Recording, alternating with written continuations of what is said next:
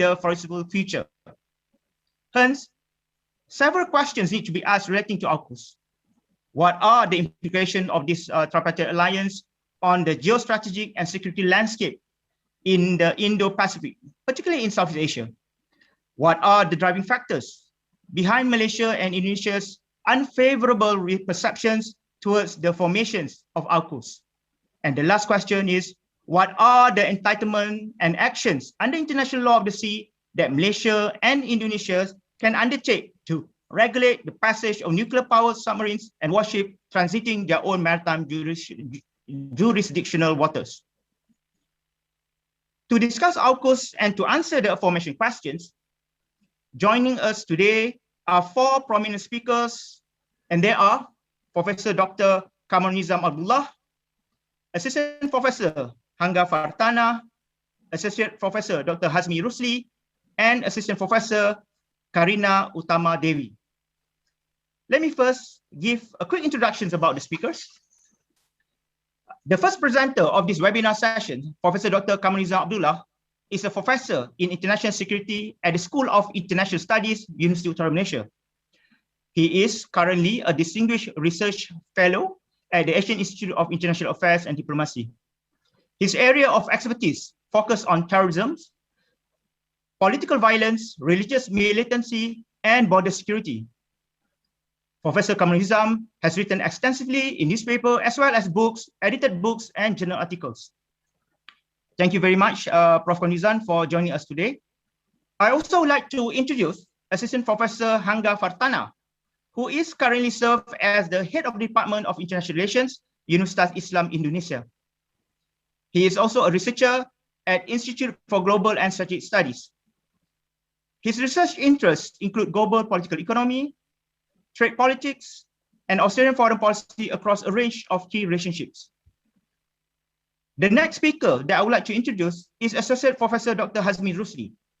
Dr. Hazmi is currently attached with the Faculty of Sharia and Law, University Science Islam Malaysia, USIM. Dr. Hazmi was the first Southeast Asian academician to be appointed as a visiting professor at the Faculty of Law at the Far Eastern Federal University, Vladivostok, Russia. Assistant Professor Dr. Hazmi has also written considerably in book chapters, newspapers, and journal articles on the topic of maritime boundary disputes, navigational regime, law of the sea, and marine environmental management. He has also been frequently invited as a speaker in seminars and conferences. And lastly, Assistant Professor Dr. Karina Utama Devi is currently serving as Deputy Head for the International Program at the Department of International Relations, Universitas Islam Indonesia. She is also a researcher at Institute for Global and Strategic Studies. She teaches and researches in peace and conflict studies, gender and politics of the United States. With that introductions, I now would like to start the first presentation session by inviting Professor Kamarul to deliver his talk. Prof. Kamarul, the screen is yours.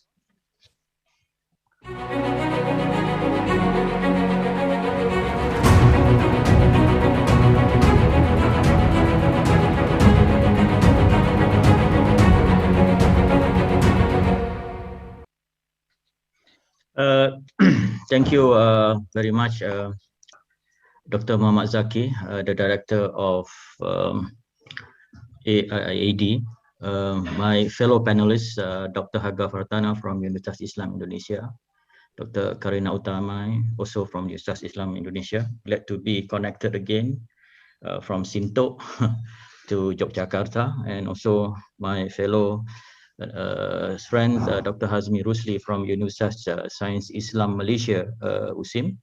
And I also see that Dr. Nazariah, our Dean of School of International Studies, is also around. So first of all, I would like to express my sincere gratitude and thank you to the Institute for Global and Strategic Studies, IGSS, Universitas Islam Indonesia, Jogja, and also ASEAN Institute of International Affairs and Diplomacy, AIIAD, UUM, for inviting me to give some kind of a thought on the recent developments of regional security, especially with the setting up of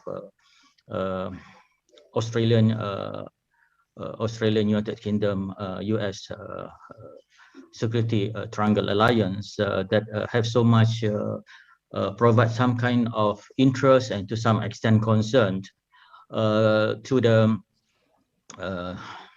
the observers and also to the students of international security in the regions. I was told I'm given a kind of 15 minutes or so to give my thought. I mean, I don't have a kind of PowerPoint and all that, but within 15 minutes, it will take my time, just to look at the PowerPoint.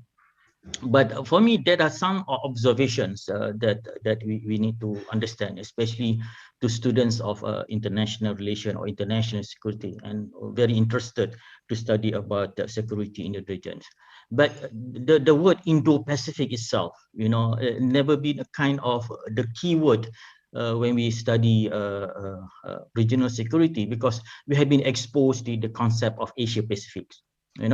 But it has been popularized by the policy statement of Japan and Indian, that we are now in terms of geographical positions of the country, in terms of the strategic position of the country, the concept of Indo-Pacific, the terminology of Indo-Pacific has been popularized by these two US ally. But basically, it's a kind of a new ASEAN political order that I can say about it. When previously, when you're talking about Asia Pacific, India as one of the major power in Asia seems to be sidelined or not to be taken into account in the regional security arrangements. But Japan and India tend to look in a different way.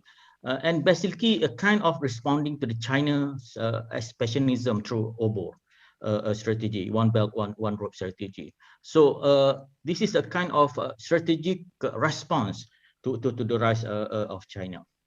Another one is that what I can see is that the overall scenario of it. What are the major concerns that we have when AUKUS is basically announced, and so sudden people tend to be concerned about the regional stability. So AUKUS, for me, it's a kind of a sketchy agreement. I mean, we are not very sure. At this moment, it's just based on newspaper reports, and not much has been written about it. To be fair about it, but this is a kind of giving a kind of a vibrating to the region, because it is considered a new security alliance, under which that basically US and United Kingdom will provide a kind of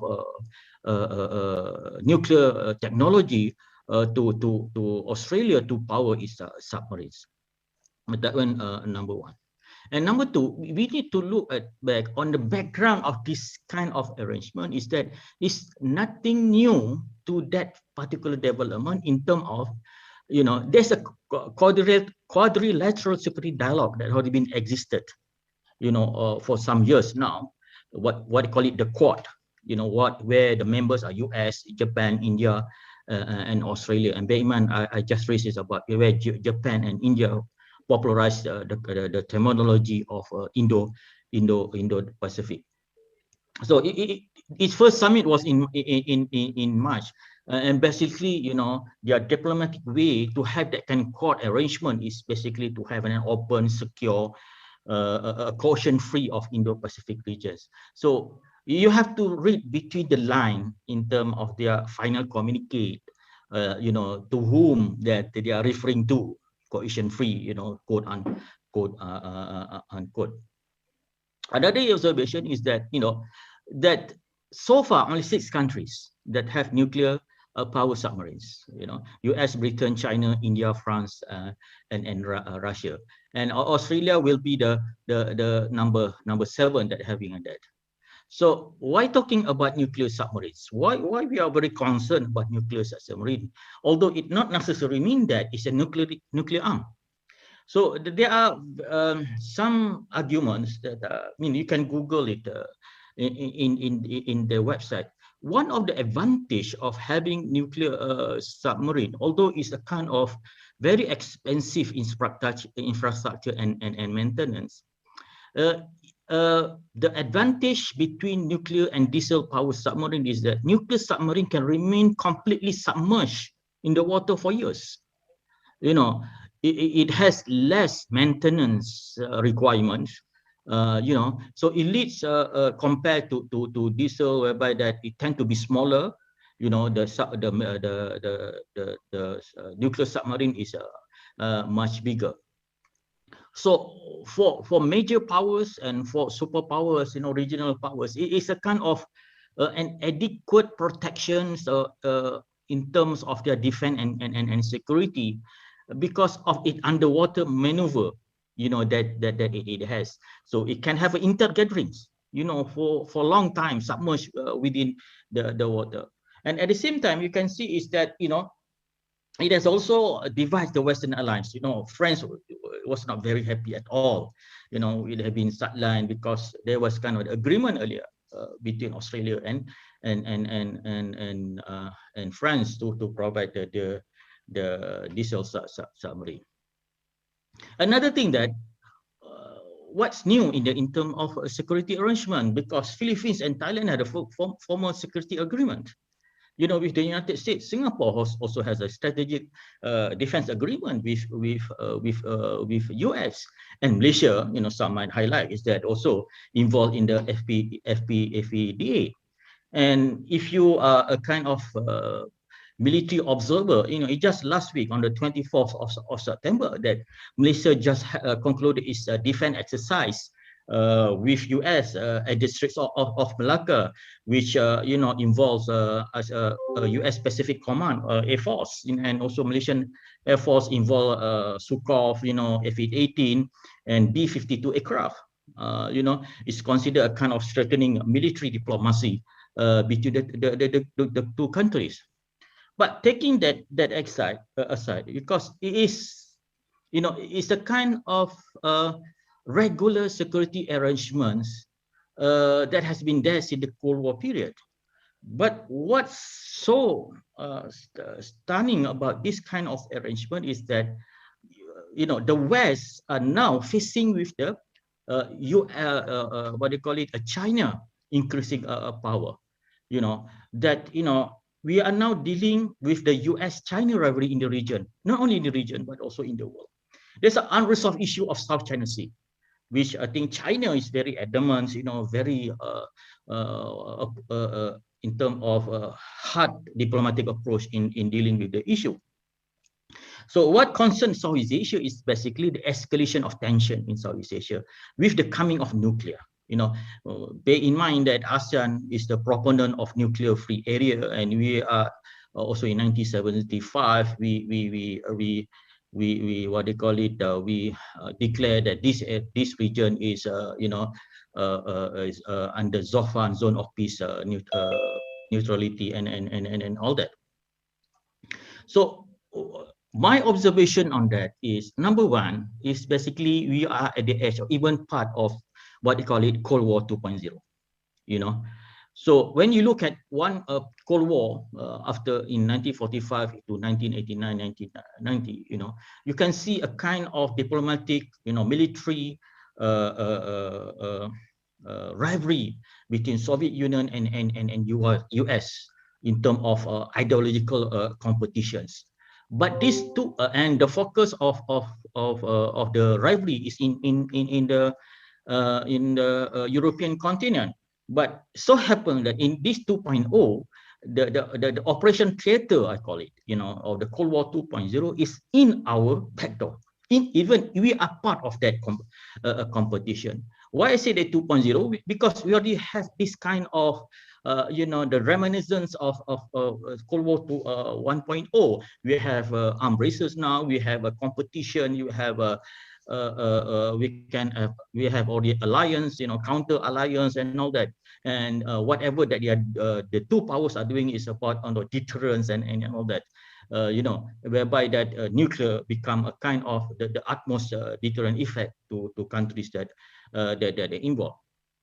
So you can see is that, you know, both countries is, you know, try to expand their influence. We have, you know, so many visits, okay, state Deputy Secretary of State Wendy Sherman, visit Jakarta, Bangkok, and Phnom Penh in May 2021. Then, Secretary of Defense Austin, visit Singapore, Manila, and Hanoi. And even Kamala Harris visited Singapore and Hanoi recently. So you can see is how the Western part and also from the China part is trying their best to have a kind of to win the diplomatic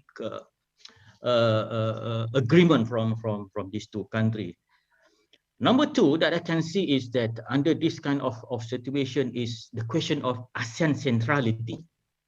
So far, ASEAN is very quiet, and ASEAN, like what Muhammad Zaki mentioned just now, is that it seems that the comments or statement issued by member countries seems to show that ASEAN is divided on this kind of arrangements. Singapore, Vietnam, Philippines, are very supportive because they are part of the Western Bloc. But Malaysia and Indonesia, are much very concerned on this.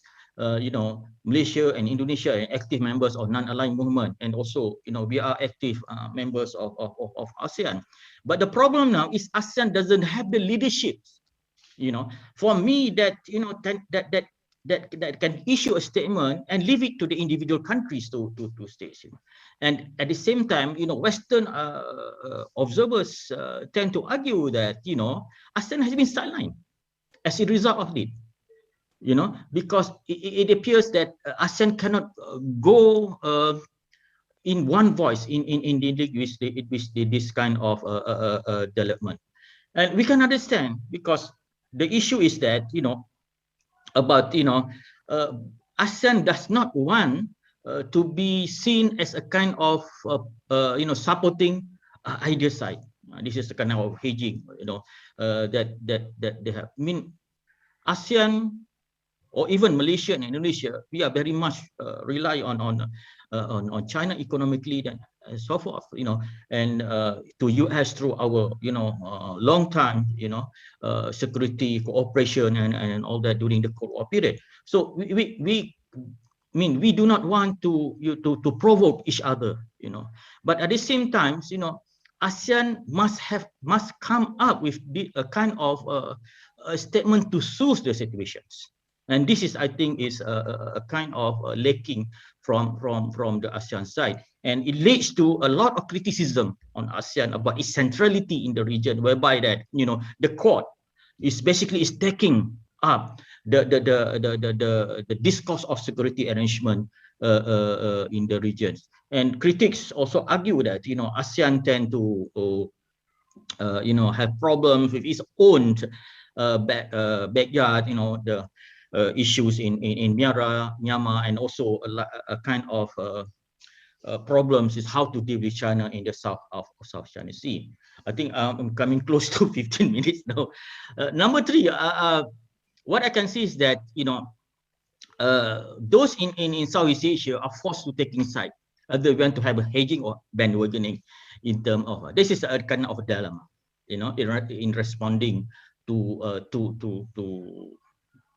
two camps, because China is very assertive in its sweeping claim on South China Sea, and at the same time, Southeast Asia countries cannot provoke China because of the economic dependency.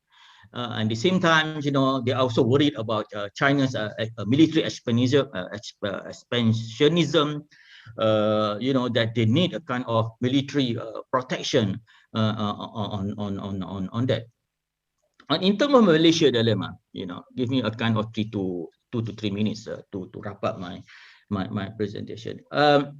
What I can see that Malaysia prefer to maintain a kind of working strategic relationship with China, and at the same time try to maintain its relation with US. This is a kind of small power hedging policy.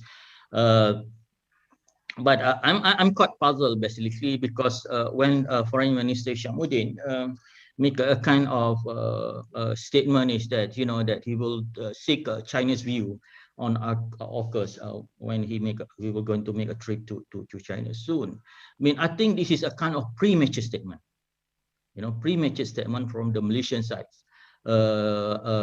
issuing that kind of position as if that we are very afraid of China, you know, to say the truth, and it doesn't give a kind of a good signal to the Western allies. And I think that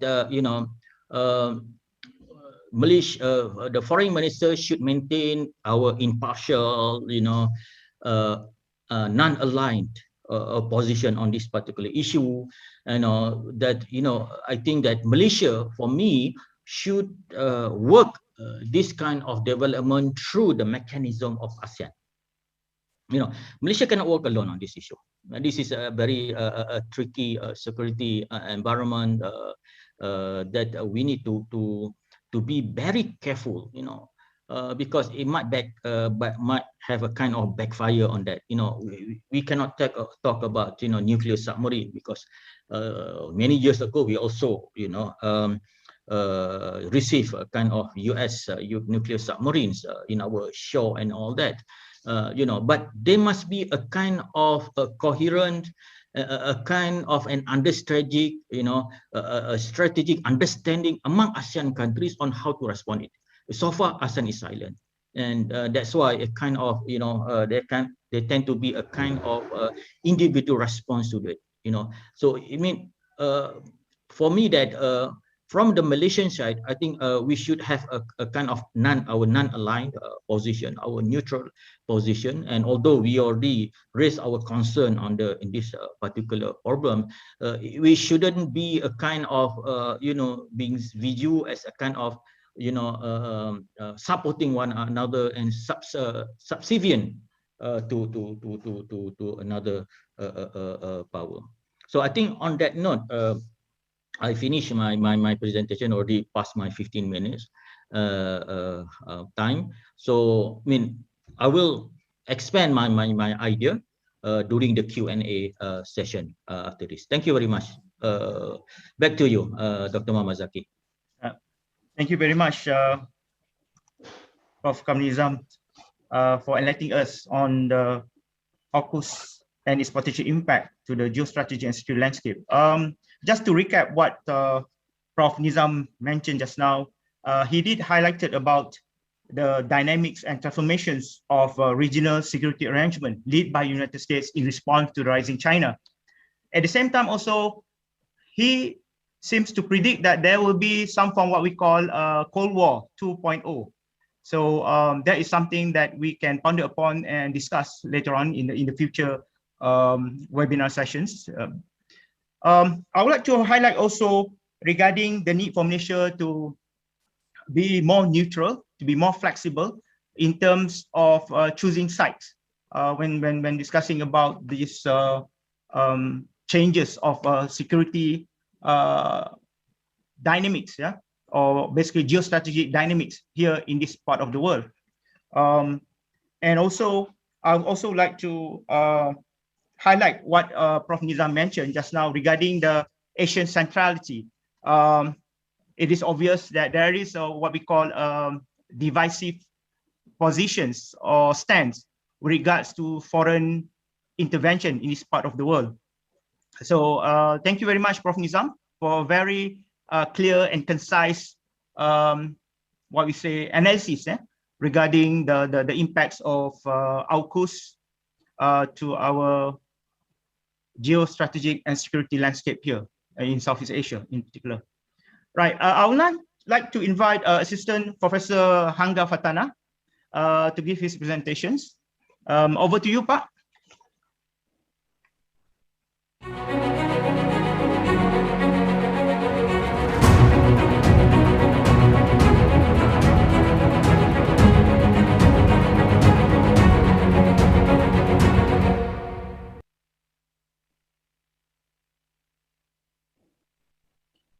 Thank you very much, Associate Professor Dr. Muhammad Zaki Ahmad, the Director of ASEAN Institute of International Affairs and Diplomacy, Universiti Utara, Malaysia, for the warm introduction.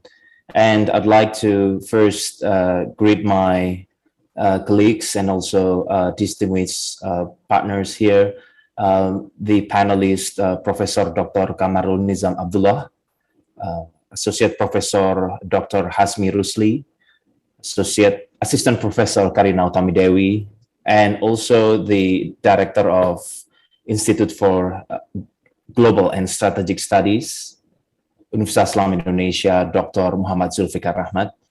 And more importantly, distinguished guests, ladies and gentlemen, each and everyone, good morning. It is always heartwarming to talk about the geostrategic development in the region. It is quite interesting to see, and I think too many points I've heard and I've observed from what Professor Dr. Kamarul Nizam explained about the current development of regional security and stability. I do agree that there is some tendency that we are encountering the next Cold War, or what Prof. Kamarul Nizam said as a Cold War 2.0. Well, ladies and gentlemen, allow me to present my observation on how these AUKUS deal in Indonesia would impact the Indonesian perspective, or Indonesian government in particular, in formulating the future foreign policy. I'd like to begin my presentation by some introduction on the current reactions to the AUKUS security pact. Some say that this security pact is merely an alliance, but the other believe that this kind of movement will successfully provoke the security instability within the region. I will continue my observation with the Indonesian government positions, through which I think 1 or 2 days after the press conference of the AUKUS by the 3 leaders of the countries, the Ministry of Foreign Affairs of Indonesia has issued some statements, not to AUKUS, but to Australia's policy to purchase and develop a nuclear power-based submarines. And my third point of observation would be questions, particularly from the Indonesian perspective. Should we be cautious to these AUKUS, security pact? There are some diverse perspective in Indonesia. Over the last few days, I have observed that some agree, others might disagree with the fact that AUKUS would threaten the futures of Indonesia's security stability. Before I conclude my presentation today, I hope I would be able to deliver the presentation less than 15 minutes. I would also discuss about one of the main actors of the AUKUS, which is Australia, the closest neighbor by geographical proximity to Indonesia.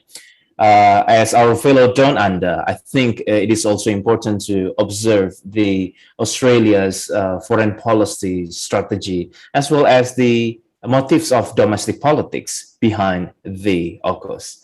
So, ladies and gentlemen, let me begin by some points that I would like to echo what Professor Dr. Kamarul Nizam said, that this is actually not a new thing. This the movement by the old actors, the movement by the United States, Australia, and some prominent allies of the superpowers have been quite prominent over the few decades.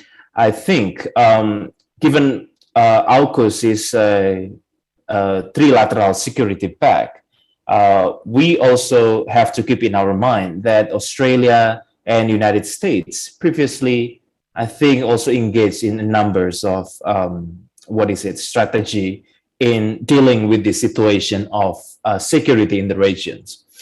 One of the most prominent or famous alliance, we remember the ANZUS, Australia, New Zealand, and also the United States security agreement or alliance. One of the points of these agreements maintaining that if one of the members of the agreement is being attacked by external threats, the rest will provide helps. The ANZUS treaty back then in 1951 was quite very relevant at the time, very timely at the time to respond with the first Cold War. And responding to the Cold War 2.0 as initiated by Professor Dr. Kamarul Nizam, I think it also quite plausible to mention that this AUKUS is part of the response to that probable Cold War 2.0.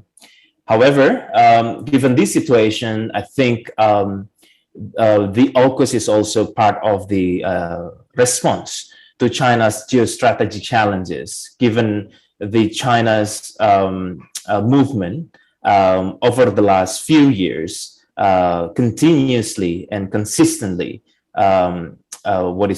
demonstrates its ability to flexing its muscles in terms of the military power and also strategic security considerations. In addition to that, I think AUKUS could be also seen as the US and also its allies' symbolic move. The symbolic movement of hegemonistic powers from the West in response to China's rise, despite the China's principle of peaceful rise, harmonious rise, through the doctrine of 和平发展. I think it is quite important to note that the rise of China, it is inevitable to see that the rise of China has been something that successfully threatened the current hegemonic power of the United States. Well, I believe Assistant Professor Karina will elaborate further on that on the US side.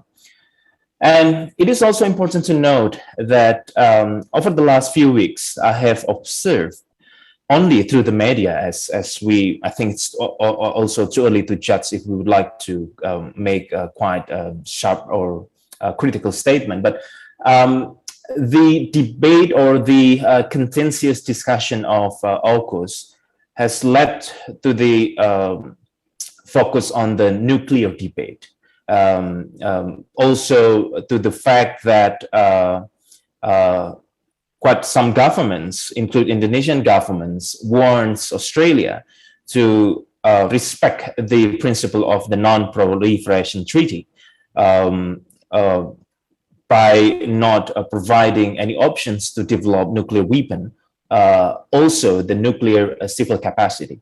I think on that note, it is important also to note that some observers trying to look more closely to AUKUS, much bigger than the nuclear power-based submarine provision. One of the most important points that we need also to discuss about AUKUS is that this treaty also allows the three countries, United States, United Kingdom, and Australia, to work together hand in hand to develop strategic security and also military partnerships, and also relate to the what we call as modern military facilities provision. They're trying to build the MRO, the maintenance, and also the repair and overhaul facilities on the military power that they currently develop with. I think issues on cyber security is also part of the AUKUS security pact that we need to look more closely and we should not be side-blinded by the fact that this is not only about nuclear power submarine provision. Well, in addition to that, I think the Indonesian government position is quite clear. The Ministry of Foreign Affairs on 17th of September 2021 issued a statement not to respond to AUKUS, but to respond about the Australia's policy to to purchase or to develop nuclear power submarine with United States and United Kingdom.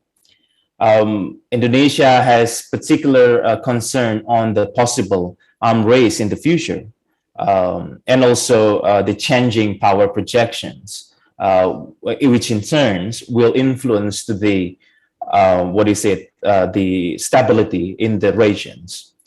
Indonesia also has quite some concern on the regional peace and stability. And on top of that, I think, again, our government trying to questionings and also trying to get more, explanation from Australia about its commitment on non-proliferation treaty. Given the fact that this is not nuclear weapon, regardless of the fact that this is nuclear power based submarines, but this kind of movement would directly or indirectly influence the security in the regions. This is what I've observed from the Indonesian perspective. This position provided by the Indonesian government, I think, has been clarified by the Australian Prime Minister Scott Morrison, which already made a call to President Joko Widodo a few days after the announcement of the AUKUS, clarifying that these trilateral security pact would not create any further distractions to Indonesia and Australia relations. And the argument that the Australia is trying to make that the AUKUS is part of the tools for Australia to create stability within the region, I think also being emphasized by the Australian government during the call to Indonesian President Joko Widodo. These official positions, in my perspective, is quite subtle. My argument is pretty simple, that Indonesian government is trying to wait and see what will happen over the next few months, over the next few years, as a result of these AUKUS deals. We're not, reactively, the government is not reactively responding to the AUKUS strategic deal, but instead they put more emphasis on the policy of the Australian government to purchase nuclear power-based submarines from the US and also United Kingdom. And from that perspective, I think there are some diverse point of views responding the AUKUS deals from Indonesia. In one side, they believe, some scholars believe that these deals should make Indonesia should be very cautious, because this would lead the rising rivalry of the United States and China, given the AUKUS partnership addresses beyond nuclear powered submarines. The possibility that the collaborations between the three countries would also impact not only to the ocean security of Indonesia, but also airspace security of Indonesia, through which I think Indonesian, to some points, some argues in Indonesia that Indonesia should develop more straightforward and also more serious defense strategy to respond to this kind of changing situation in the region. In the other hand, there is also an argument asserting that the AUKUS should be turning point for Indonesia, through which Indonesia could reap the benefits from this situation. Indonesia should be able to contend Chinese assertiveness directly or indirectly, one-man show in the region or together collectively in ASEAN, despite the skeptical perspective from Professor Dr. Kamarul Nizam, that ASEAN is currently silent and has no leadership. And I think I couldn't agree more about that. The issue that Indonesia could defend the territorial integrity in the Natuna Sea, for example, could be part of the arguments that Indonesia should take the benefits of these AUKUS deals. However, in my perspective, I think AUKUS is a new challenge, but not yet a new threat for Indonesia. It is quite too early to judge if this treaty would threaten the Indonesian territory in the near future, given the fact that the US-Australia partnership over the military sector is certain new partnerships. The US deployments of its troops to Darwin in the northern part of Australia is part of the fact that I think it has been common since 2012, and nothing happened at the moment. I think there is no distractions over Indonesia and Australia relations because of that collaboration. So I think these AUKUS will not negatively impact to the Indonesia's relations with the three countries, but to some points, I think it is important to remain vigilant and to see what's happening next. So ladies and gentlemen, each and everyone, I think it is also interesting to see how one of the main actors behind the AUKUS, which is Australia, our neighbor, our fellow down under, trying to formulate a new approach in the foreign policy. From the perspective of foreign policy, I think Australia is trying to send a signal to China and the wider region that Australia is part of the game. Australia is proactively trying to, let's say, balancing or bandwagoning the rising power of China. Given the recent lukewarm temperature of the Australia-China relations, there are lots of points that we could see from Australia and also China's relations, that Australia's criticism over Uyghur and also Australia's criticism over some human rights issues in China, and most recently the Australia's intention to seek the origin of coronavirus back then to China, has been responded by China is by punitive trade sanctions. And I think the AUKUS is part of the tools of Australia to send a gesture to China that, look, we're not alone. We have an ally, and you should be very cautious to assert more aggressive approach to our government.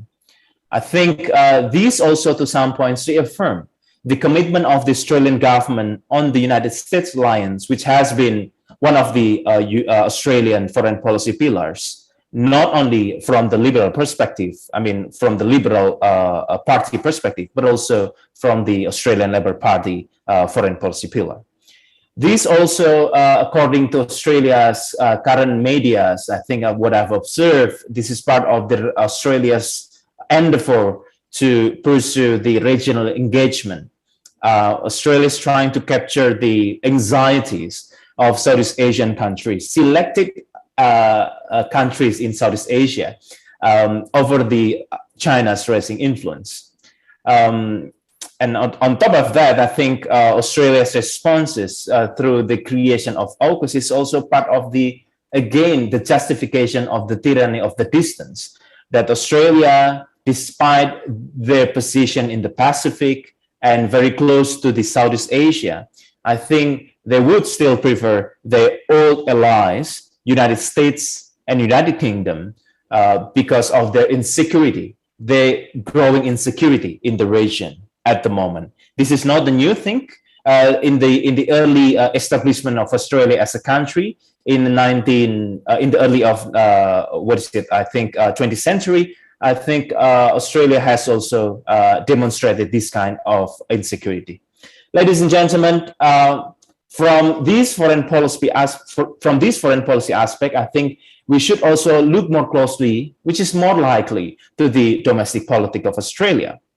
This AUKUS, in my argument, which is quite clear and simple, that this is part of the Scott Morrison, the Prime Minister of Australia, endeavor to convince the Australian people that China's domination in the region and in their country through investment, through trade, and so on and so forth, has been responded timely, has been responded properly by the Australian government. This situation or the deals of AUKUS, in my perspective, is also part of the Australian government endeavor to to delay the elections. They're trying to delay the elections. Most likely, it should be at the end of this year on December, but I think they would delay until March 2022. And they're trying to buying some more time to boost up their popularities after some issues that put some risk over the coronavirus handling, over the Scott Morrison's unpopularity in the leaderships, and also on some strategic issues, which put some risk on the Liberal Party political health. I think one of the point that we could do also put some emphasis here is that the different foreign policy perspective between Liberal and Labour at the moment has been also become more relevant to see that AUKUS is part of the way of the Liberal Party to show to the domestic people in Australia that their country has big, important, and very strategic role in the region through the US alliance. Something that despite it has been also supported by the Labour Party, but I think the Labour Party has more emphasis on Asian engagement and does not blindsided by the fact by the United States alliance. According to Labour Party, an ally should not say yes to everything that United States said. An ally should have a more strategic and also more what we call as independent foreign policy through which they would have and they would exert quite strong sovereignty over their foreign policy. And I think lastly, one of the domestic politics that drive these AUKUS is part of the Liberal Party political factions between rights and lefts inside the political party itself. Given the current leadership of Scott Morrison's, to some points, is also in the near future, I think, will encounter a challenge from the different side of the parties. And again, this is designed, prepared by the Prime Minister of Scott Morrison's, trying to convince internally his political party and also his domestic support to ensure that Australia is still playing important role in the region. I think I would conclude my observation by again highlighting that AUKUS for Indonesia is a new challenge, but yet I think I'm quite skeptical to mention that this is a new threat. I think we should wait and see. We should remain vigilant to see that this AUKUS deal would play an important role to our external threat. I don't think that we encounter a dilemma between China and the United States because things are still going on and we'll still need to observe. And I think on top of that, and the bottom line of my observation is that I think the Indonesian government, as what has been demonstrated so far, needs to remain undertaking a pragmatic approach to foreign policy. because Indonesia is not part of the arms race, not to China and not to United States sides, and to some to some perspectives, I think pragmatic approach during this situation to foreign policy formulation is very important. I think I leave it there, my observation, and I would be very happy to take questions and also to broaden my perspective through Q&A sessions. Thank you very much, and I'll give it over to Professor Dr. Zaki. Thank you. Thank you very much, Pak Hanggar. Very interesting observations regarding the Indonesian positions with respect to AUKUS.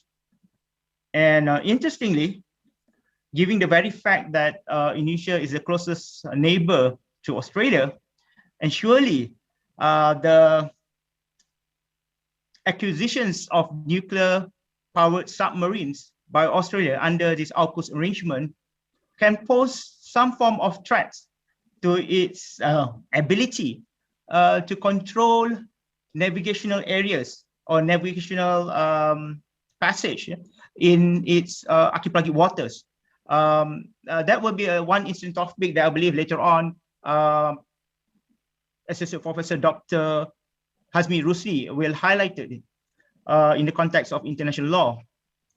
But just a quick observations on your presentation just now, Pak Hanggar.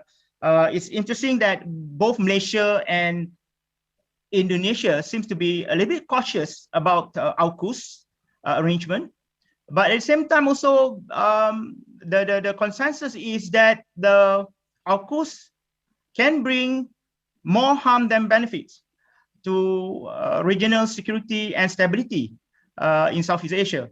So there is one particular issue that need to be addressed by Malaysia and Indonesia, and it is much more better if both countries and also along with other ASEAN members to discuss this AUKUS with their Australian counterparts. Right. For the third presenters, Associate Professor Dr. Hazmi Rusli will be discussing again about the navigational status of submarines in this important waterways of Straits of Malacca as well as Indonesian archipelagic waters. And of course, with the operationalizations of Australian nuclear submarine fleets, surely they will expand their operational theaters in these critical waterways. So with that, I pass the baton to Associate Professor Dr. Hazmi. The floor is yours. Thank you very much, my dear.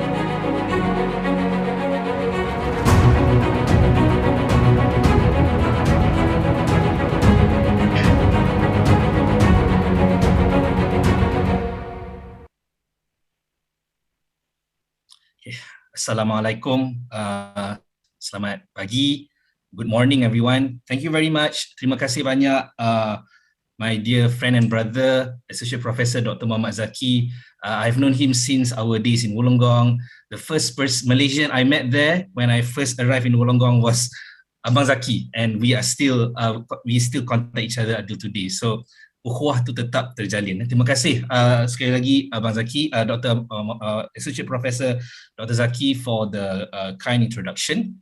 I would also like to extend my thanks, my gratitude to Professor Dr. Kamarudnizam Abdullah and also Assistant Professor Karina Utami Dewi and Assistant Professor Hanggar Fartana from UII.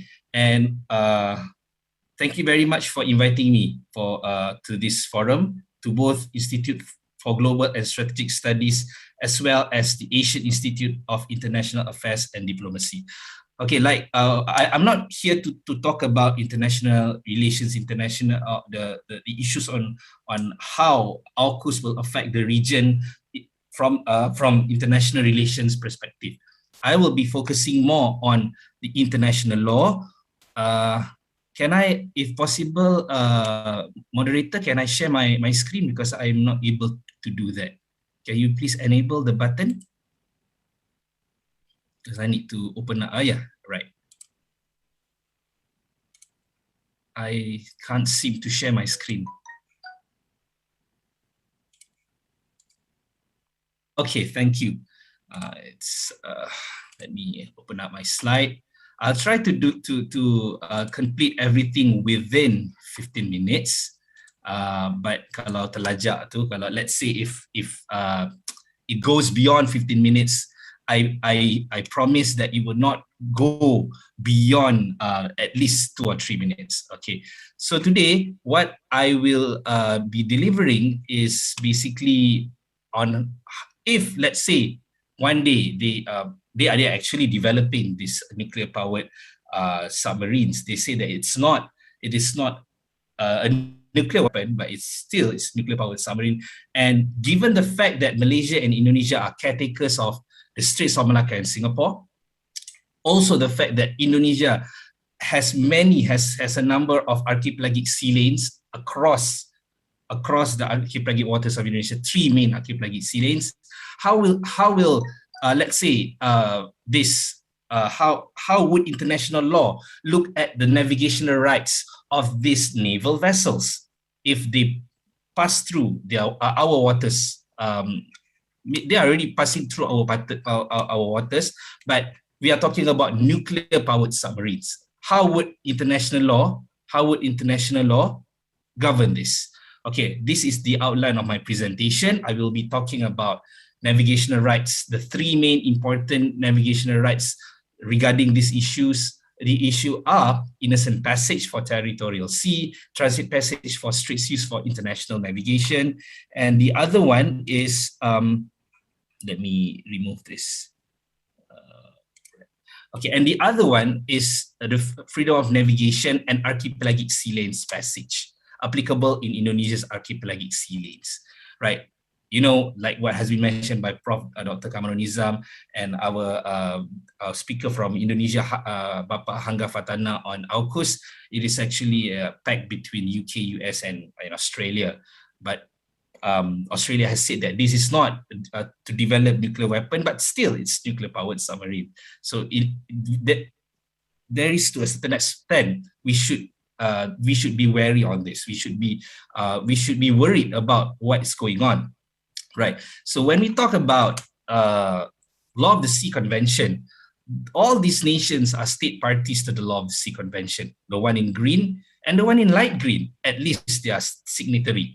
So, but if you look at this map, United States is not a state party to the Law of the Sea Convention, but they have always regarded the LOSC, or the Law of the Sea Convention, as part of customary international law. And even if they are not state party to it, it is still applicable to them under the purview of CIL, customary international law.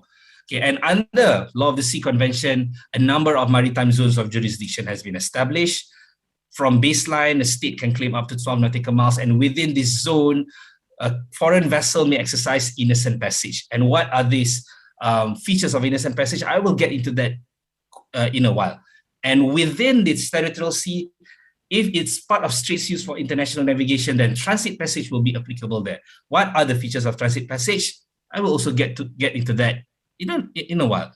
And in EEZ, it is where freedom of navigation is applicable under Article 57 of the LOSC, and beyond EEZ is the high seas, where obviously freedom of navigation is applied as how it applies in the EEZ. Okay, so these are the features of innocent passage under the Law of the Sea Convention. There are lots and lots of features of innocent passage, but if I am to discuss everything, it will take, what, 2 hours at least. But now I would like to bring you to Article 18, Clause 2 of innocent passage. Article 18, Clause 2 of LOSC, where it says that innocent passage must be exercised continuously and expeditiously, meaning that when a foreign vessel comes into our territorial sea, they do not have to ask for permission. Reaffirm the case of Corfu Channel, ICJ case of Corfu Channel, crystallized into Law of the Sea Convention. So it means that when foreign vessels, be it merchant vessels or naval vessels, they can come into our territorial sea.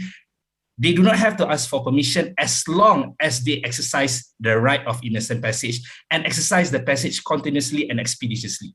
However, there is a catch to it.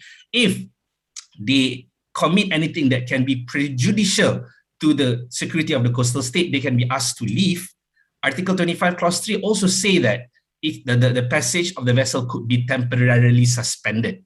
And Article 30 mentions that recalcitrant warships may be asked to leave immediately if they do not follow the spirit of the right of innocent passage. Dalam bahasa Indonesia, lintas damai. Dalam bahasa Melayu, artinya sama juga, lintas damai, innocent passage.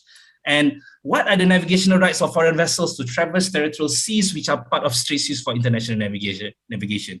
As far as Malaysia and Indonesia is concerned, we are the caretaker of the Straits of Malacca and Singapore, and the Straits of Malacca and Singapore is a strait that connects one part of the high seas or EEZ to another part of the high seas or EEZ, and within the Straits of Malacca, there is no EEZ corridor, especially there is EEZ corridor where ships can exercise freedom of navigation here, but over here, the southern part of the Strait of Malacca is so narrow that the breadth is less than 24 nautical miles from both sides, meaning that there is no high seas or EEZ corridor for vessels to exercise freedom of navigation. So transit passage applies here.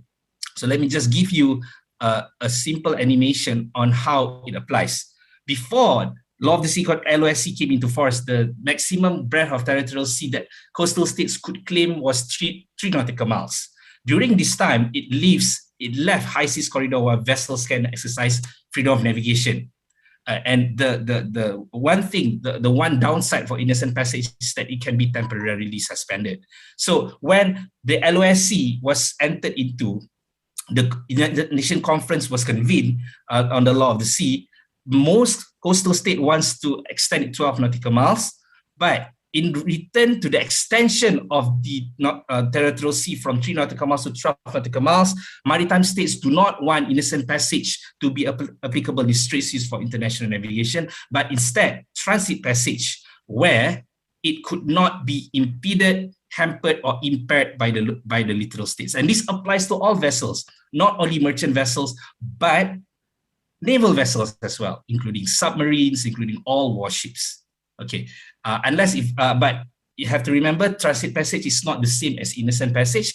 Innocent passage could be temporarily suspended, and the coastal state concerned can ask the vessel to leave if they are considered prejudicial to the peace and security of the coastal state. But if you look at transit passage, as mentioned in part 3 of the LOSC, it could not be impeded, hampered, or impaired. This was the convention that Malaysia became a state party back in 1970s, and now it's part of our law, right? And as a result, and the difference between transit passage and innocent passage is that innocent passage, the passage could be suspended, but in transit passage, the level of navigation, the what do you call that? The navigation is so free when you talk about transit passage. Even there are some commentators like Nordquist and Robert Beckman, they say that transit passage is actually the exercise of freedom than a right, as far as straits used for international navigation is concerned. So if a foreign vessel sail into our Straits of Malacca and Singapore belonging to Malaysia or Indonesia, they have the right to exercise the right of transit passage, which could not be hampered, impeded, or impaired by the coastal states concerned. And I would like to repeat again, yes, this is the convention that Malaysia and Indonesia became a state party to 2 decades ago, or 3 decades ago. Right, and the only way for us to stop the navigation if the recalcitrant ships cause or threaten to cause major damage in the waters. But as far as the Law of the Sea of Convention LOSC is concerned, they have yet to define what major damage is. Okay, and now let's talk about, we have left Straits of Malacca and Singapore. So as state party to the LOSC, both Malaysia and Indonesia, we have to accept the fact that when we become the state party to this convention, we are actually opening our strait to be traversed by ships of all states, regardless whether it's merchant or naval vessels. So this is something that we have to take into consideration. Okay, we have to know that international law allows foreign vessels to traverse through our straits where transit passage is applicable freely. Okay, and let's talk now about archipelagic waters of Indonesia. All these are archipelagic waters of Indonesia, the one in light green. And this dotted green line over here, broken green line over here, are Indonesia's ASLs, archipelagic sea lanes. So according to the law of the Sea Convention, within the archipelagic waters of Indonesia, which is outside of these ASLs, archipelagic sea lanes, foreign vessels, including naval vessel, could exercise the right of innocent passage. But you have to remember, when you exercise the right of innocent passage, the passage could be temporarily suspended, or you can ask the ship to leave. But this only takes place if the foreign vessel exercises the right of innocent passage within Indonesia's vast archipelagic waters, not within the archipelagic sea lanes. So if the vessel exercises the right of archipelagic sea lanes passage, not only they could be entitled to a continuous, expeditious and unobstructed transit. This is not what I say. This is Article 53, Clause 3 of the Law of the Sea Convention. It says this. So not only within when a foreign vessel exercises archipelagic sea lanes passage within Indonesia's archipelagic sea lanes, they not only can exercise continuous, expeditious and unobstructed transit, but they can exercise normal mode. The one thing I forgot to mention in the Straits of Malacca is that all vessels can navigate through normal mode when they exercise transit passage and archipelagic sea lanes passage, meaning submarines doesn't have to surface. They can remain underwater. But when submarines enter into our territorial sea, which is not part of straits used for international navigation or not archipelagic waters, they have to surface. When submarines exercise the right of innocent passage, they have to surface. They have to surface. But when they exercise transit passage or archipelagic sea lanes passage, in these two regimes, they can exercise the right of navigation in the normal mode, meaning that they can remain underwater. Not only that, the passage must be continuous, expeditious, and unobstructed, just like the one in the Strait of Malacca. It cannot be impeded in any way, unless if it causes or threatens to cause major damage, which has not been defined what major damage is, as far as the Law of the Sea Convention is concerned. So these are the law on archipelagic sea lanes passage in Indonesia, Peraturan Pemerintah Nomor 37 Tahun 2002, Peraturan Pemerintah Nomor 36 Tahun 2002. Right. Okay, so these are the three Indonesia's archipelagic sea lanes: Strait of Sunda Route, Lombok Makassar Route, Mumbai Weta, all here. 1, 2, and 3. Within these archipelagic sea lanes, foreign vessels, including military vessels, could exercise archipelagic sea lanes passage, which cannot be obstructed.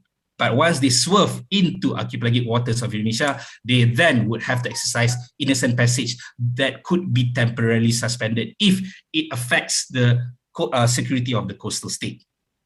Okay, if you see, Indonesia have yet to designate east-west. They have only designate north-south, not east-west. So if there is no east-west archipelagic sea lanes, what can foreign vessels do in this area? They can exercise innocent passage, or if they want to exercise archipelagic sea lanes passage, according to Article 53, Clause 12 of the Law of the Sea Convention, ASLP may be applicable in routes normally used for international navigation. So who decides this? Is the International Hydrographic Organization or the IMO? So even though Indonesia has yet to designate east-west line, foreign vessels could still exercise a right of archipelagic sea lanes passage from east to west and west to east, even though Indonesia has yet to designate it, as long as these are routes normally used for international navigation. Right, let's move on to the final part on EEZ. So freedom of navigation in the EEZ. We know that most parts, we have talked about Straits of Malacca. We have talked about archipelagic sea lanes. So we know that we have to allow these ships to come into our territorial sea if it's part of straits used for international navigation, and Indonesia has to allow them to come in if the water is part of the Indonesia's archipelagic sea lanes, right? But you know that most part of South China Sea is within certain nations' EEZ. So according to Article 58, Clause 1, within EEZ, foreign vessels, including naval vessel, could exercise freedom of navigation. But one thing for sure, since navigation, as far as navigation is concerned, EEZ is considered at par at high seas, because freedom of navigation not only applies in EEZ, but applies in high seas too. As long as the navigation is peaceful, then it follows the spirit of the Law of the Sea Convention. So even though there is freedom of navigation in the EEZ, freedom of navigation in the high seas, as long as the seas is to be used for peaceful purposes, then the navigation should be allowed. The navigation of such vessels should be allowed. It is in line with the spirit of the Law of the Sea Convention, right? So as you can see in this map over here, I think this map take into account China dash line, but you can, if we disregard Chinese dash line, we can regard that most parts of South China Sea is within territorial, some small parts is within territorial sea of the coastal states, but most parts of it are part of continental shelf or EEZ of the coastal states concerned. So we can say that as far as the South China Sea is concerned, freedom of navigation is the navigational regime applicable, but it has to be peaceful. One way or another, it has to be peaceful.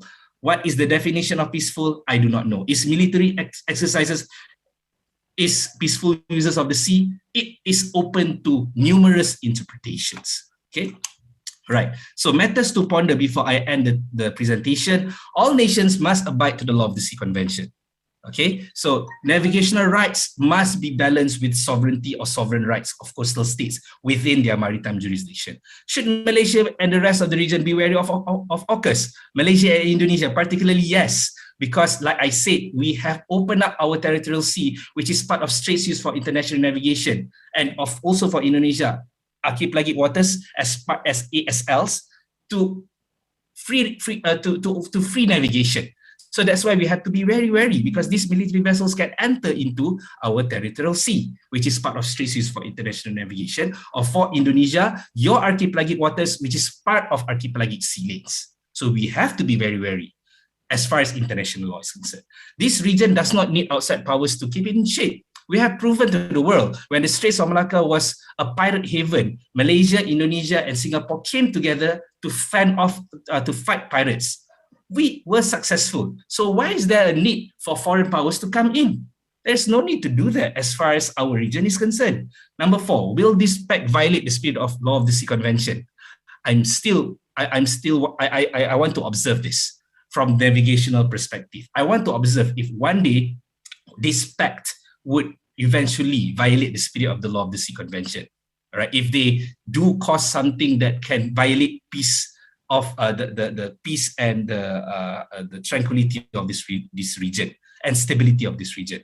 Okay, and number 5, would possession of nuclear-powered submarines keep the world in order? If you ask me personally, I don't think so. We do not need nuclear-powered submarines.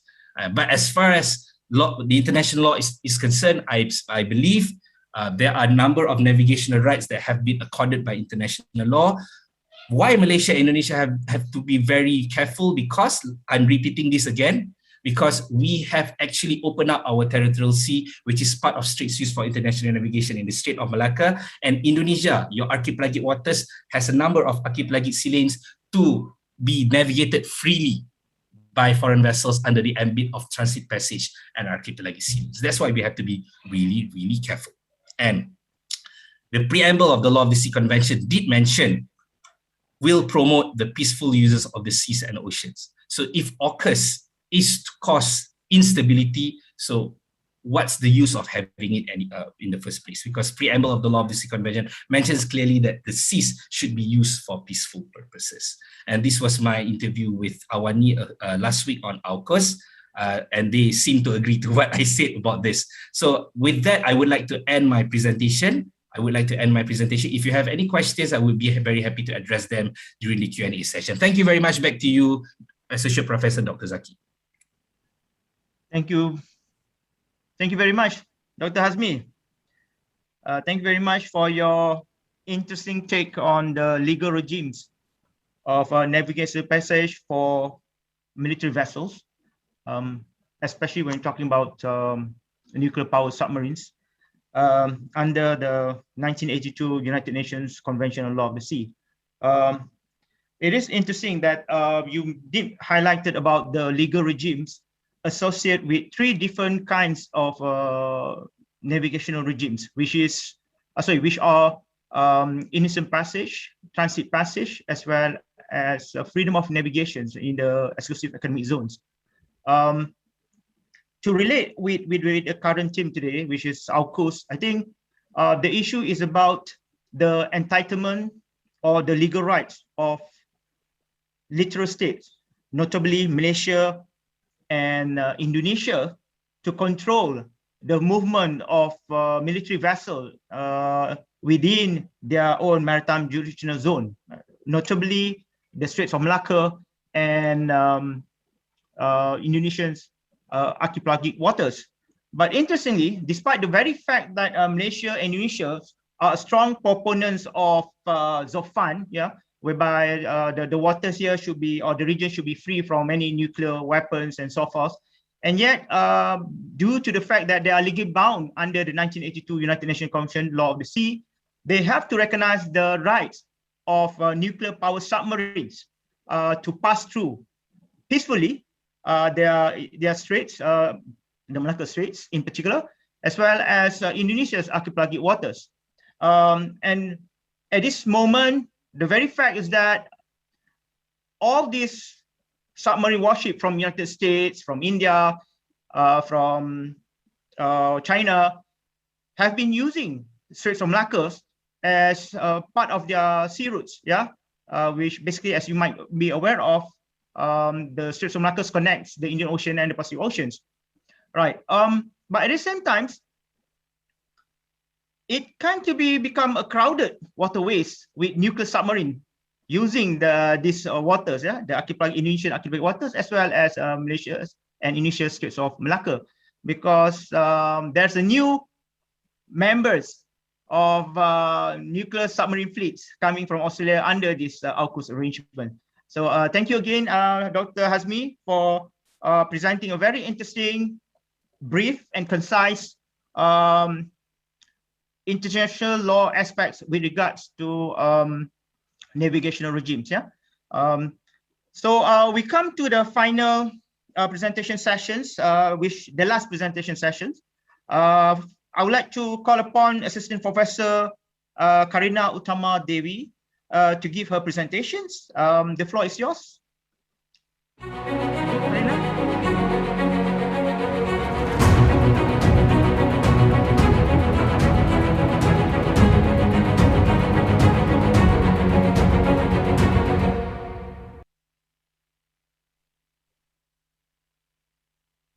Thank you so much, Associate Professor Dr. Muhammad Zaki Ahmad, for the very kind introduction.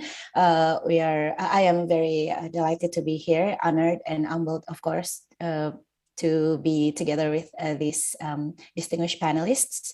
I would also like to thank the Director of Institute of Global and Strategic Studies of Department of International Relations, Universitas Islam Indonesia, Dr. Muhammad Zulfikar Ahmad, for inviting me as a speaker here, and of course our head of Department of International Relations, and also my fellow panelist, Assistant Professor Hangga Fatana, and fellow speakers, Professor Dr. Kamarul Nizam Abdullah, and also Associate Professor Dr. Hazmi Rusli.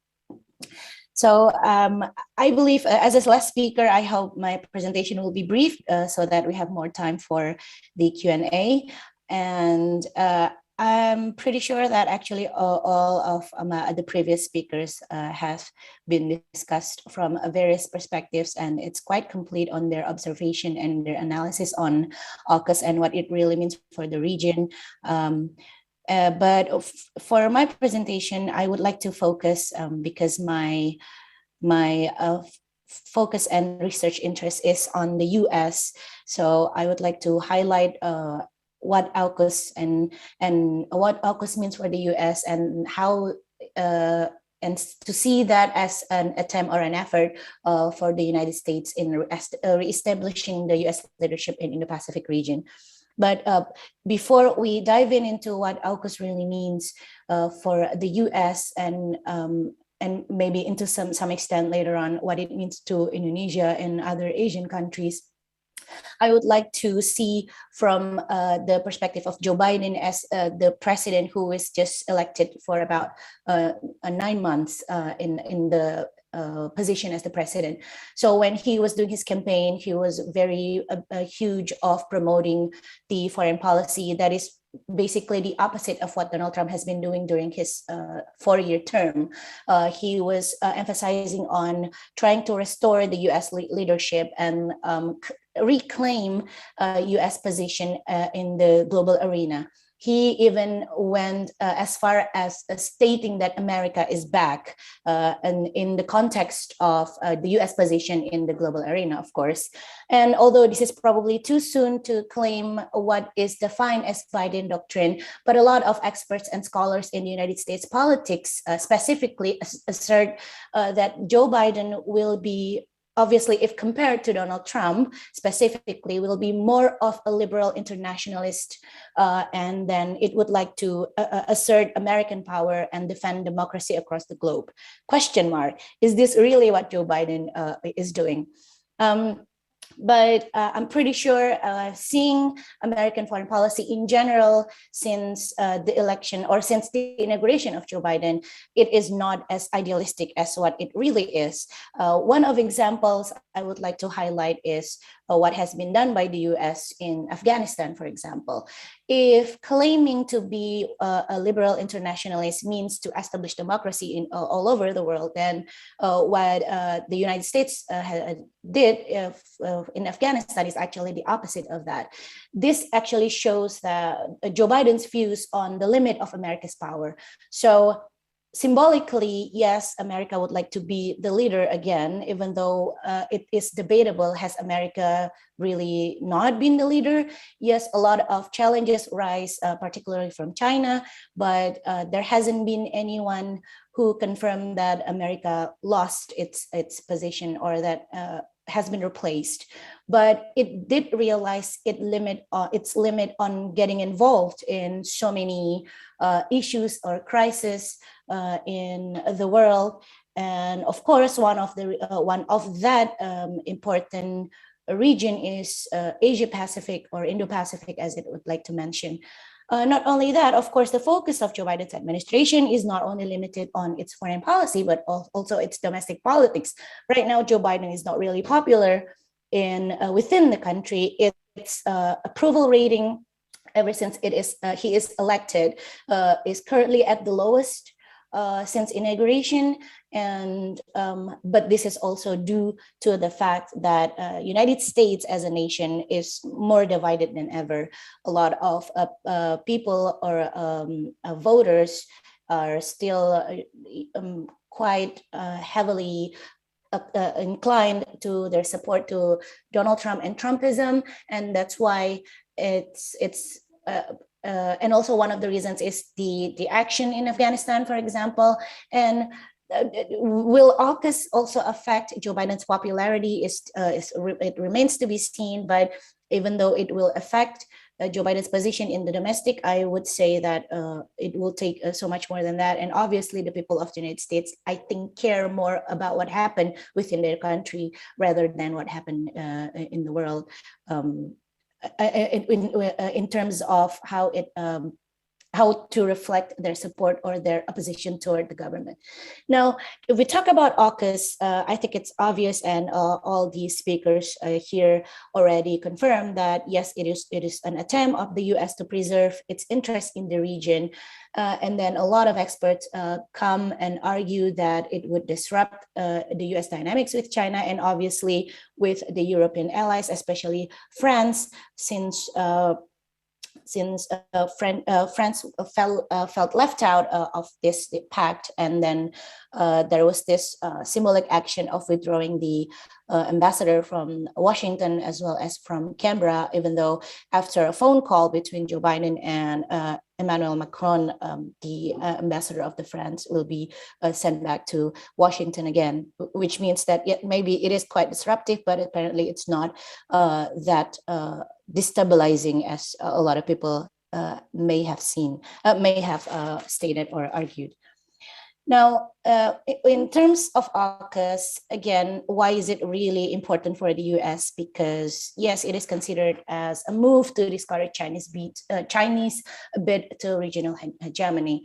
I believe Pak Hanga already touched on how Australia and China are currently having a lukewarm relations, and that it is actually a move of Australia to show China that it has a strong ally. And these allies are including the U.S., obviously, the rival of China, and also the UK. And of course, but for the U.S. itself, it's actually, of course, economically, it's really beneficial, and therefore it got a lot of support, or at least it didn't really have a strong opposition within the domestic politics of the United States. But I think what people are worried about, other than what Professor Hazmi Rusleif mentioned, it's also because it has the word nuclear on it. So people think that this would be a step to more extensive nuclear infrastructure, although the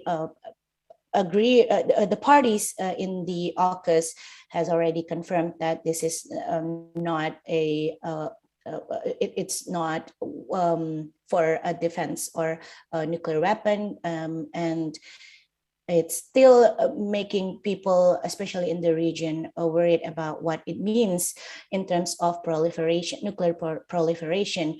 Although I would also argue that Asian countries, Indonesia and Asian countries, obviously will not support any attempt or effort to destabilize nuclear proliferation within the region, and the U.S. itself will not be supportive in having a more or a stronger nuclear based defense in the region, because of course it will be a threat to the country. And in terms of the U.S. providing this or agreeing to this pact is also an indication of greater willingness to transfer highly sensitive technologies to close allies. So again, it established its commitment to the long-term allies in this case, Australia as one of the main actors. But does it mean that the U.S. will move even further in terms of its complicated relations to China? I would say that because of these complicated relations, this move of agreeing and signing AUKUS is more about a symbolic flex of muscle in the region of Indo-Pacific, because the US has, a lot of experts even said that the US has a very complicated, dysfunctionally complex relations with China in terms of economy. The US cannot afford to aggressively stated or take a role or take a position that probably would disrupt its current dynamics or its current relations with China. Now, I would like to borrow, in terms of foreign policy of Joe Biden, Walter Russell Mead in the early of 21st century tried to map the foreign policy and steps taken by leaders or presidents of the United States. He came up with 4 schools of foreign policies borrowed or derived from names of previous leaders of the United States, such as Hamiltonian, Jeffersonian, Jacksonian, and Wilsonian. And one of that school is Wilsonian, which believes to be promoting, it believes that the US should be the leader of the world. The US should be active and engaged in the international arena, and that its interest is to protect the liberal democratic values in the world, not only within the country of the United States, and also promote democratic expansion, human rights, and the establishment of international law. And this is quite similar to what I stated in the beginning, how Joe Biden is seen as a liberal internationalist, especially if compared to Donald Trump. So therefore, I would say that Wilsonian is probably one of the perspectives that match this view of Joe Biden, or at least what he said about the United States foreign policy. However, so in this case, that's why, for example, what the United States has done in AUKUS, it's actually showing the importance in strengthening cooperation with allies. And it is sharing highly advanced defense technology through this AUKUS for free and open Indo-Pacific. And it is fairly well known that the term free and open Indo-Pacific is usually identified with all the alliance or connections that is aligned with the US interest. But also when it comes to promote a democratic expansion, and in this case,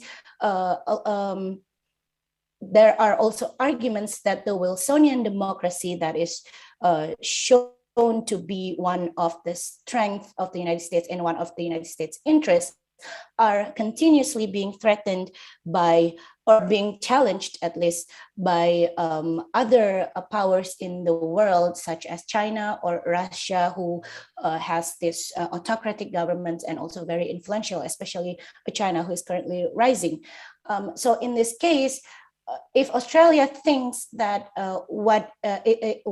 its action by agreeing on this pact with the US and the UK is to show China that it has a strong ally, in the US side, or on the US perspective, it is, I would say that it is, yes, of course, the US would like to show China as well that it has influence in this region by entering into this agreement with Australia.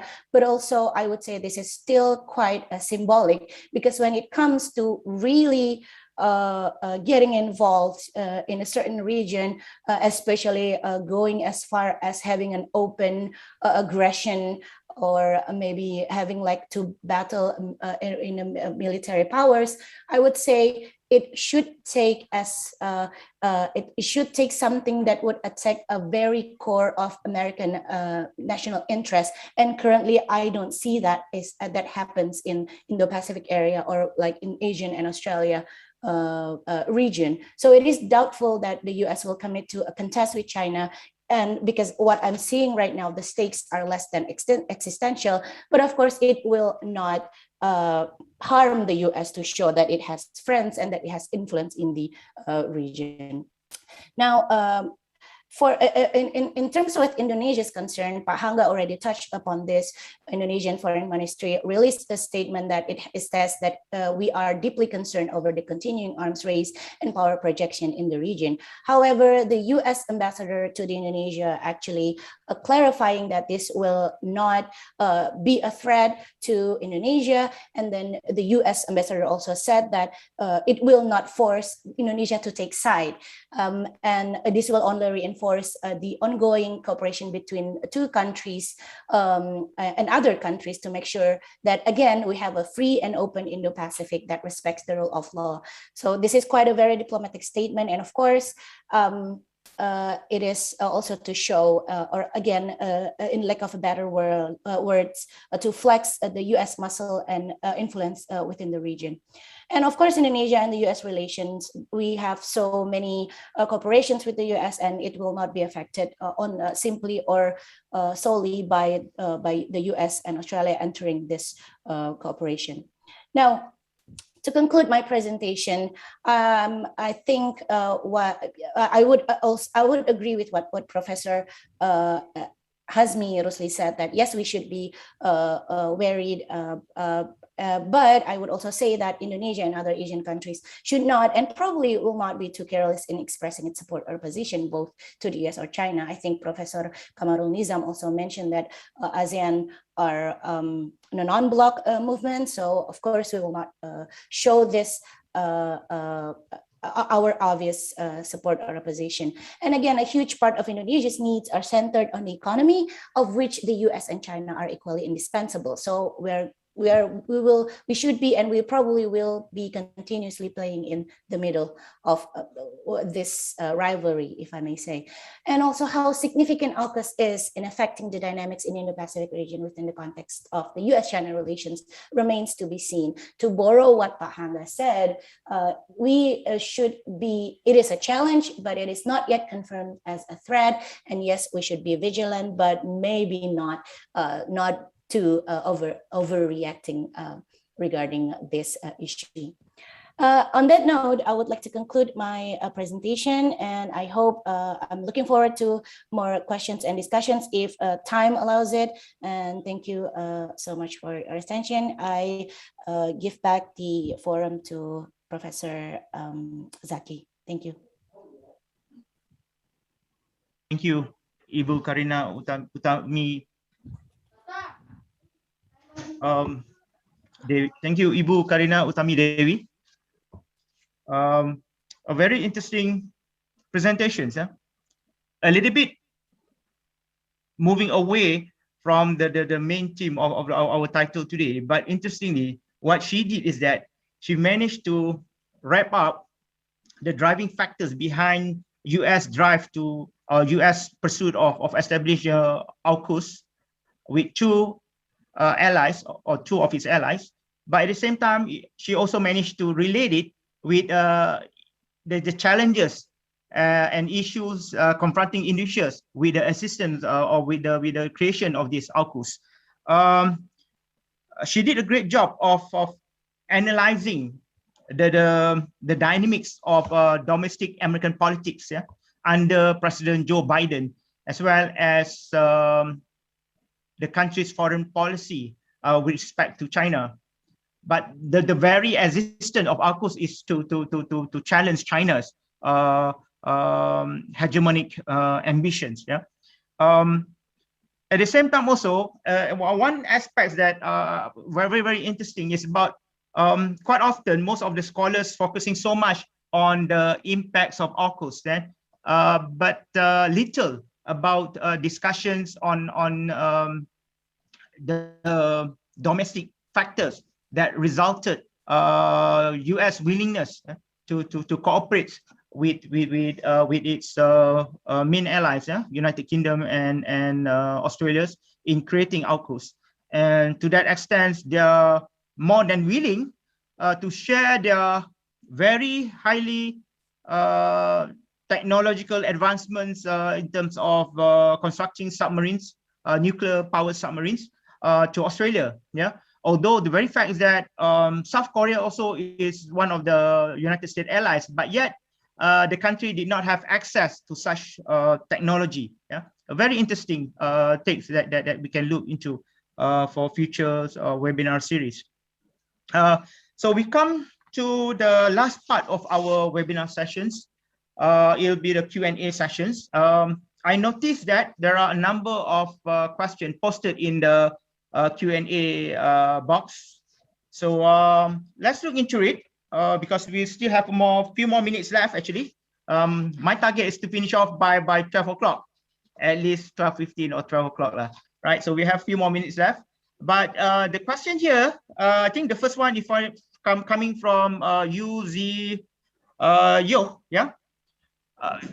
he or she, I'm not really sure. But the question is, since Malaysia, Ministry of Defense went to, the Minister of Defense went to China to seek opinions from China regarding the creation of AUKUS. He asked whether such action is appropriate, and why is it that Malaysia, basically engaged China first, to get clarification from China with regards to AUKUS. At the same time, also he asked, is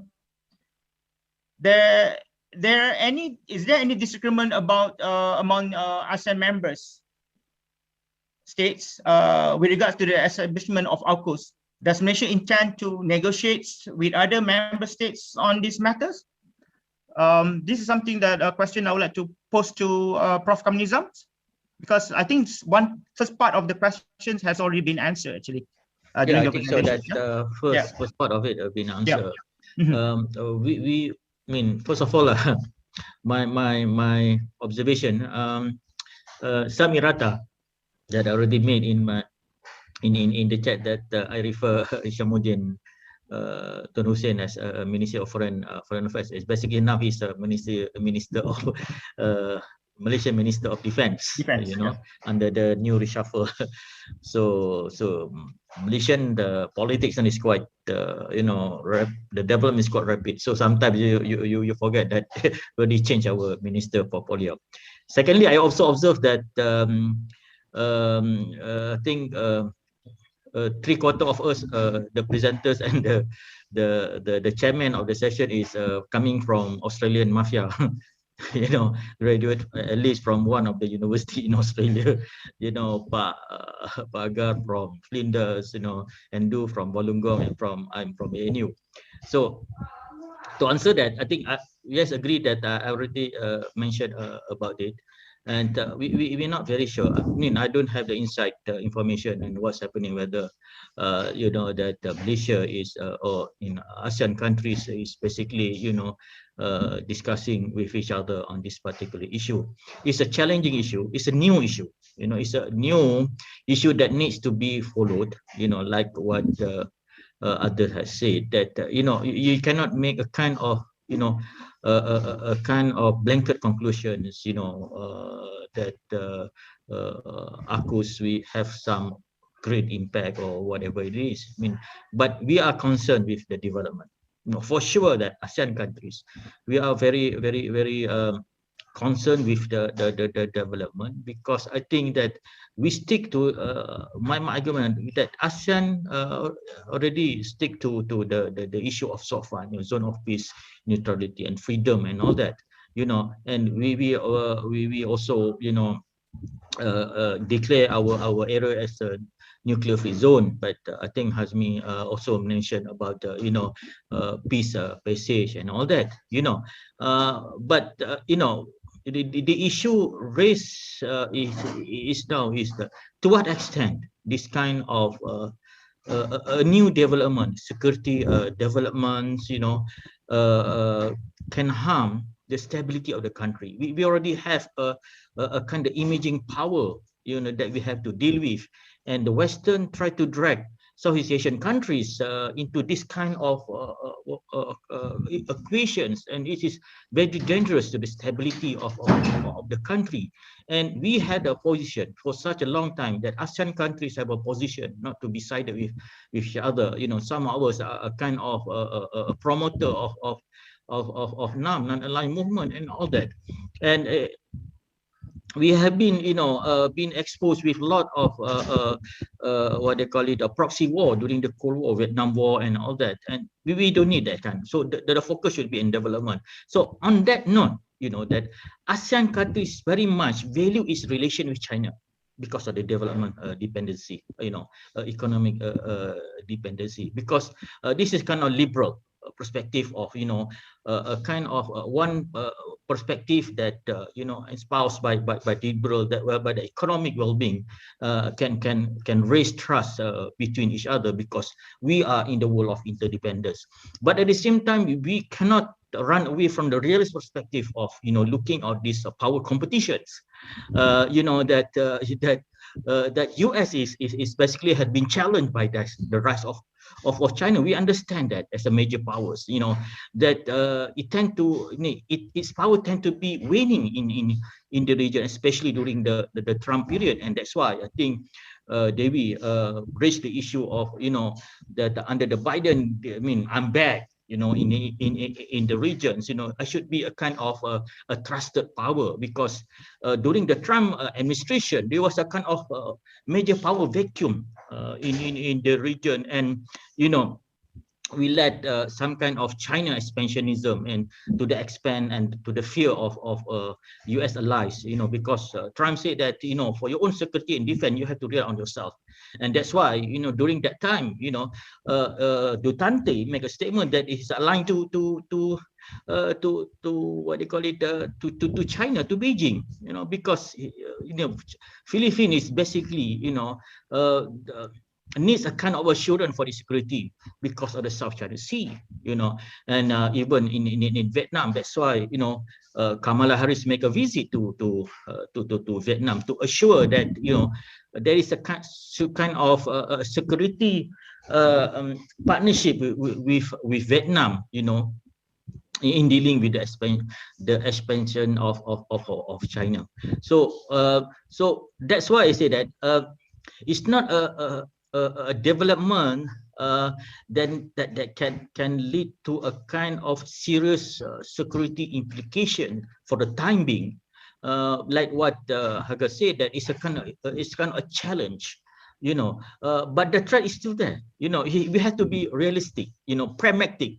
What means some of you already raised it. You should be pragmatic on that. You know, that there must be a kind of caveat approach that we need to take. You know, we are small countries. You know, the ASEAN is a regional player, but individually, you know, ASEAN has their own interests.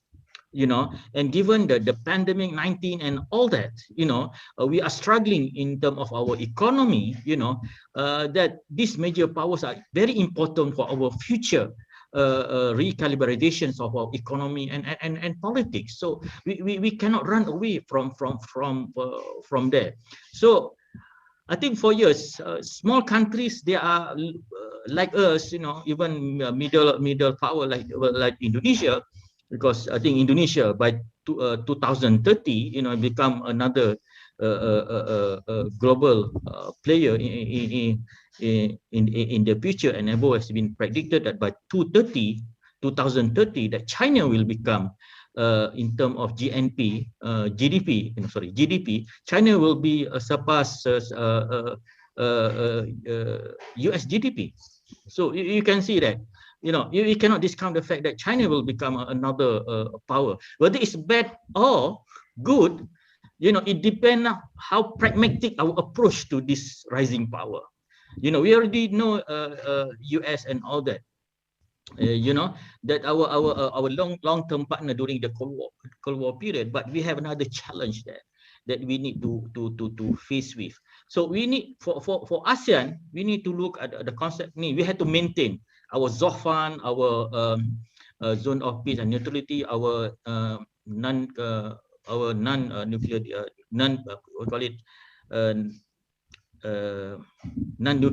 non-nuclear or disarmament and all that. You know, that we have to maintain that. But there must be a solidarity. But it's my argument. There must be a solidarity among ASEAN members to that kind of positions. You know, we understand that each country has a national interest, but ASEAN must have a kind of a concrete stance. You know, not to support. You know, or not to challenge. You know, not to provoke. But at least you must have a kind of a common position on that, and that's why I think under the current chairmanship of Brunei, you know, that ASEAN has to maintain, that has to show, you know, what is the direction of ASEAN on the development. Although I mean we already you know, argue that it's nothing new about security arrangements, you know, but we are concerned to what extent. Okay, that the nuclear power, the submarine, you know, could affect our ZOFAN concept and all that. You know, that is it going to be a kind of arm race? And we are very concerned also about, you know, China respond to that retaliation. Are we going to have a kind of a counter alliance? And this is very dangerous. You know, that we have alliance and counter alliance. I mean, counter alliance show that, you know, we are basically in the Cold War 2.0. You know, so that's my response to that. Zaki. Thank you, Prof. Nizam, for a very long elaboration regarding the answer with regards to the two questions that stated in this Q&A box. Going to the second questions, this is a question that can be posted to all the speakers. Yeah. Since it would take as long as 18 months to work out details of the agreements with the US, Britain, while building and commissioning such submarines can take years or even decades. What can we expect from other stakeholders, particularly China, during this period? So basically, we are talking about China's response to AUKUS. And so what about ASEAN member states? How they need to address this newly emerging defense or security structure? Anybody would you like to answer these questions? There are two front questions.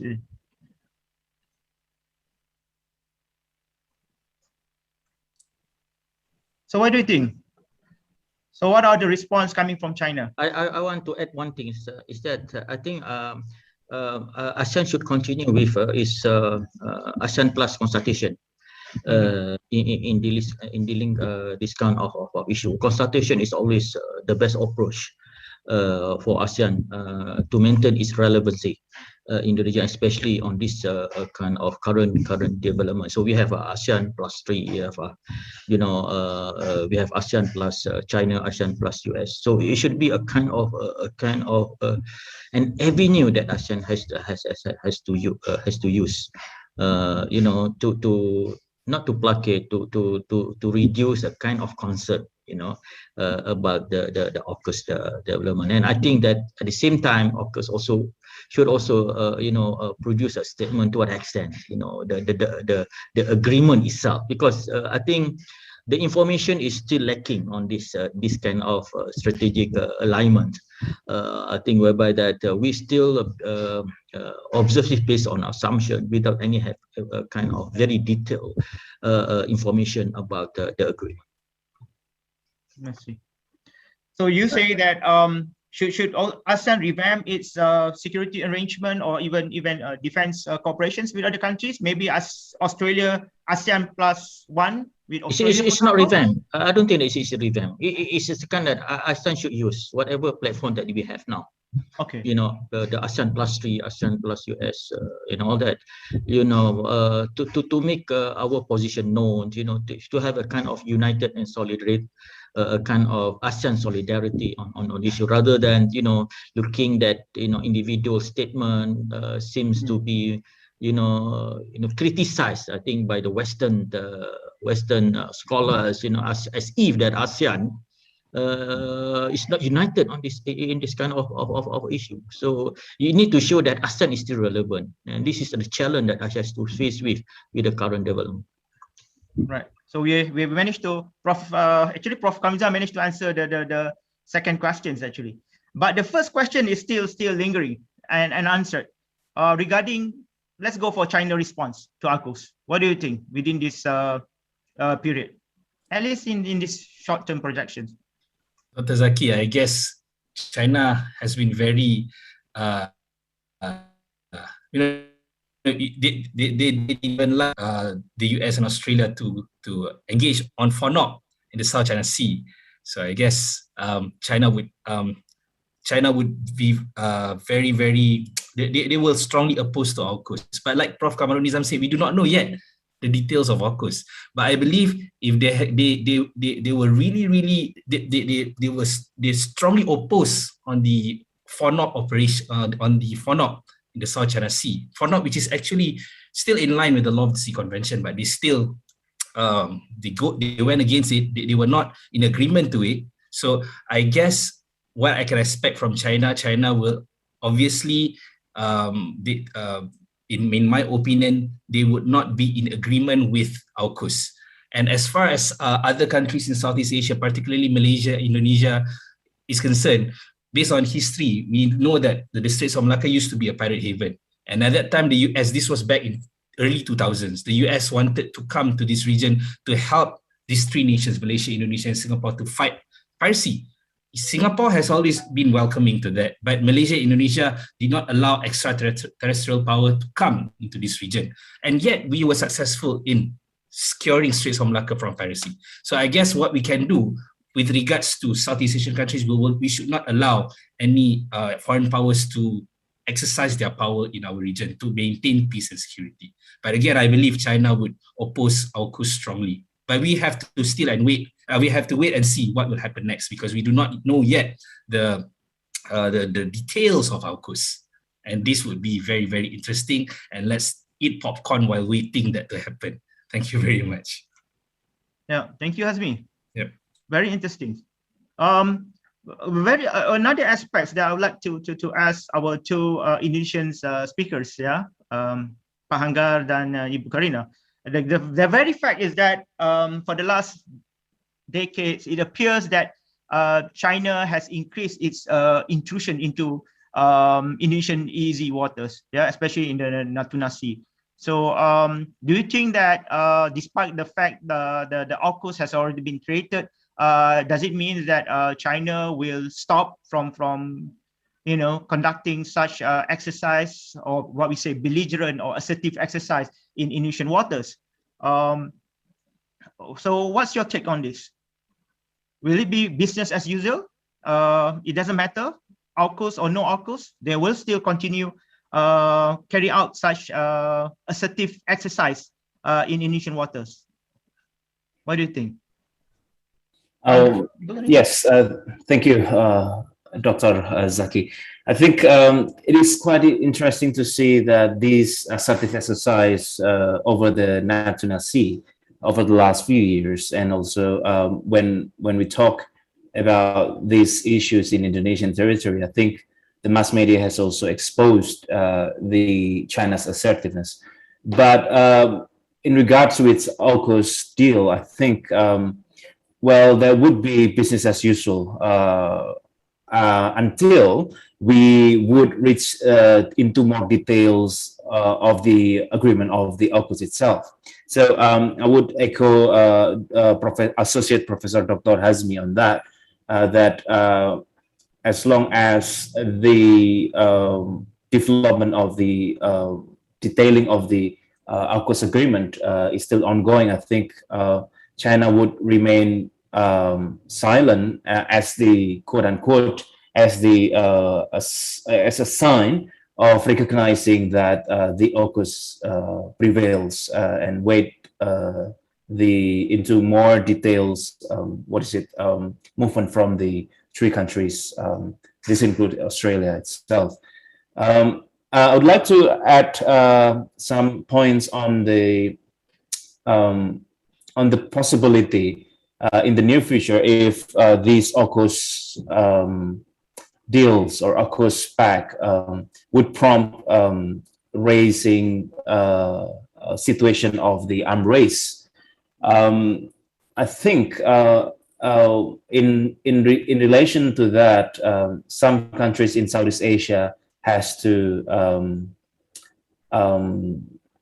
formulate again what I mentioned earlier, and has been highlighted also by Professor Dr. Kamarul Nizam, that we should pursue a more pragmatic approach on foreign policy and also foreign economic policy, whether we tend to, let's say, employ these, let's say, raising power within the two hegemonic power over the military sector as a tools for economic diplomacy, or instead are we going to use the economic diplomacy as a tools for strategic and military diplomacy? I think it will pretty much depend on what kind of government. And I also, I'd like also to highlight that I think the situation where I mentioned that this is a new challenge, but not yet a new threat. And I've also noted, a different perspective might be from Professor Dr. Kamal Nizam. Yes, I look more closely on the fact that we have so much dependency. I mean, Indonesia has so much dependency to China's over the trade and investment over the last few decades.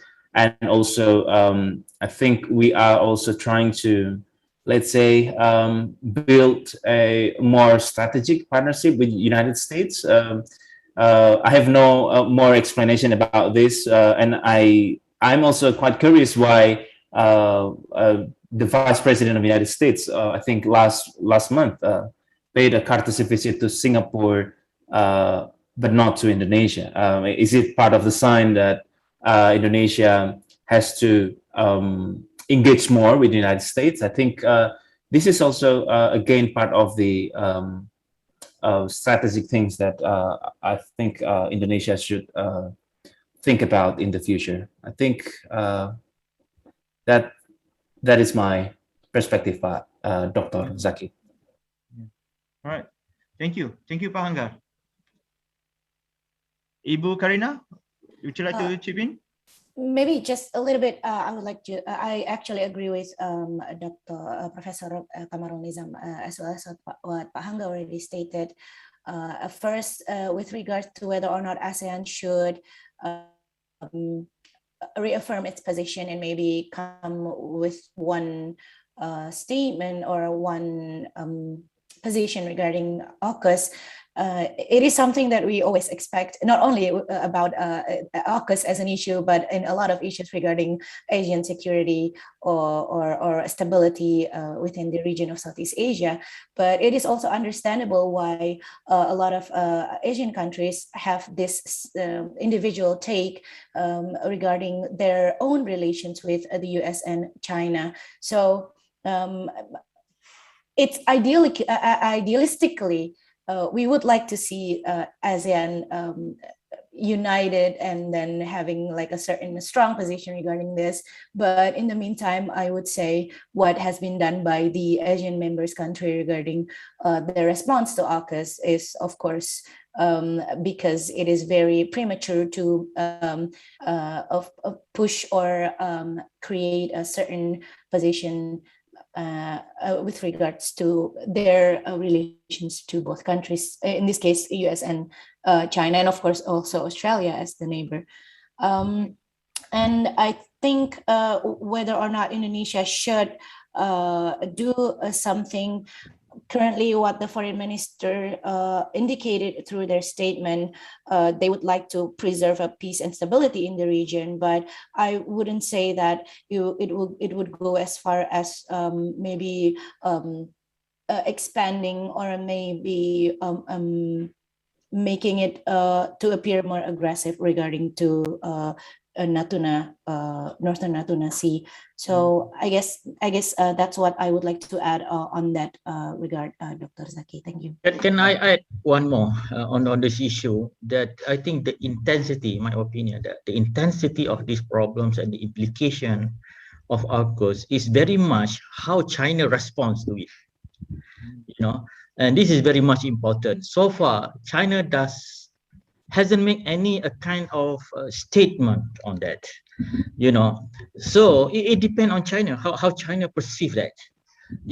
It can be going to both directions. If China, become more forceful, a kind of hard approach response to this kind of security arrangement, then you can see another implication to that, and very much that will be a kind of a concern to us in the regions. If China try to play down this kind of arrangements, then I think that we are basically quote unquote in the safe side. So China response is very much important in this particular issue, and I think we wait for how China responds to it. Yeah. Thank you, Prof. Nizam. I would like due to we almost run out of time. Why do we go for the last questions? Yeah. Something that relates to Malaysia and Indonesia. Yeah. Regarding the non-alignment movements. Yeah. Especially both countries do not tend to take sides. Yeah? Either China or America. But the unveiling of AUKUS certainly, obviously, sidelined Malaysia and Indonesia, yeah, as considered as strong partners countries with Australia. So, and even US. So what's your take on this? What do you think? Or will Malaysia and Indonesia continue to adopt this non-proliferation approach, or maybe it's about high time that we need to pick sides? Maybe not now, but in the future. So, Prof. Nizam, Prof. Hazmi, Ibu Karina. I don't think that Malaysia will take side on that. It has been a kind of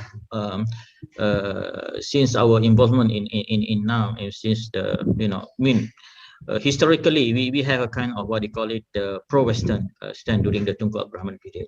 But after that, I think we took more a pragmatic stand, more on non-aligned stand, neutral stand.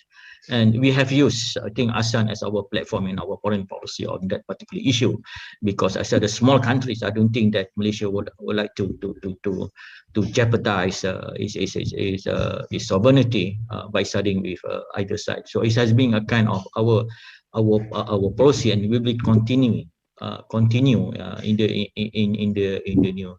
near future. So this is not a kind of option, but always kind of a kind of our direction in our foreign policy as a small power. Anggar? Thank you. I think I will second to Professor Dr. Kamarul Nizam's argument. I think the Indonesian government will not take side in the near or in the long future, given these AUKUS partnerships. Our government, I think, has done a good job in observing the changing dynamics over the regions and trying to employ the multi-track strategy or multi-track diplomacy, not only in G20, but also in ASEAN and also some other multilateral forums. And well, assuming, for example, these AUKUS will lead to more, dangerous arms race. Well, if we assume China will respond assertively and things getting worse, I think Indonesia will still employ the free and active diplomatic strategy for their foreign policy pillar. All right. Thank you. Thank you, Pak Anggar. Let's just say that basically it's just going to be a continuation from the previous policy, yeah, of both countries not to take sides. I mean, we have come to the end of the webinar session, so I would like to apologize that I could not answer or request some of the questions be mentioned in the Q&A box to be answered by the speakers. I would like to apologize for that. I want to take this opportunity to thank to all our speakers, Prof. Kamarul Nizam, Pak Anggar, Fatana, Dr. Hazmi Rusli, dan Ibu Karina Utami Dewi, for giving their time and input in today's webinar. To all our audience, thank you so much, and I hope to see you all in another webinar sessions, jointly organized by Institute for Global and Strategic Studies and Asian Institute of International Affairs and Diplomacy. Thank you very much for your participations. Thank you to all the speakers. Thank you to the organizers, especially Institute for Global and Strategic Studies, for hosting this first inaugural joint IGSS and AIIAD webinar series. I hope to see you all in the future webinar sessions. I thank you. Stay safe and goodbye. Assalamualaikum warahmatullahi wabarakatuh.